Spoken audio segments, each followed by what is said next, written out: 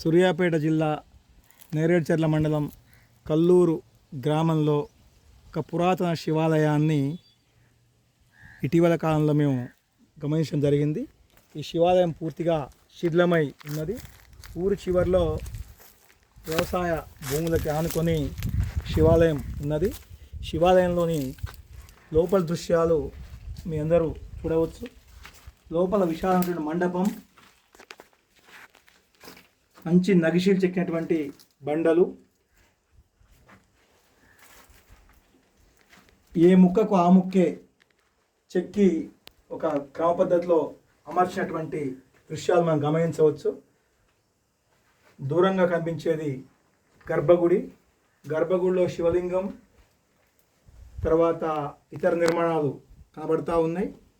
మధ్యలో వెలుగు కోసం కొంత గవాక్షంలాగా వదిలివేశారు.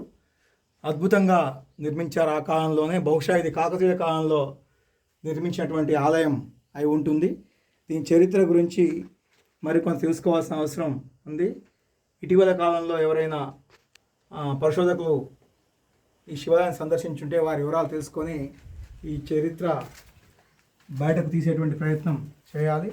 విద్యార్థులకు కూడా పురాతన ఆలయాల గురించి వివరిస్తూ ఆనాటి శిల్ప సంపద, ఆనాటి చరిత్రను విద్యార్థులకు నేర్పే ప్రయత్నం చేయవచ్చు. అందుకోసమే ఈ ఆలయాన్ని మేము బడిబాట కార్యక్రమంలో భాగంగా కనుక్కోవడం జరిగింది. ఇక్కడ పుట్ట పెరిగింది, పాములు ఇతరత్ర కీటకాలు ఉండే అవకాశం కూడా ఉంటుంది కాబట్టి కొంత జాగ్రత్తగా ఇక్కడ వ్యవహరించాలి. ఏదేమైనా కూడా అద్భుతంగా ఆనాటి శిల్పులు చెక్కినటువంటి ఈ శిల్పాలు గొప్ప అనుభూతిని కలిగిస్తున్నాయి. చాలా అద్భుతంగా మైన్యూట్ లెవెల్లో కూడా శిల్పాలు చెక్కడం జరిగింది. ఇంతటి శిల్పకళను వాడకుండా ఉండలేం.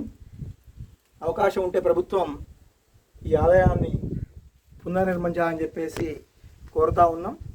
ఈ మేరకు అధికారులకు కూడా సమాచారం ఇచ్చే ప్రయత్నం చేస్తాం.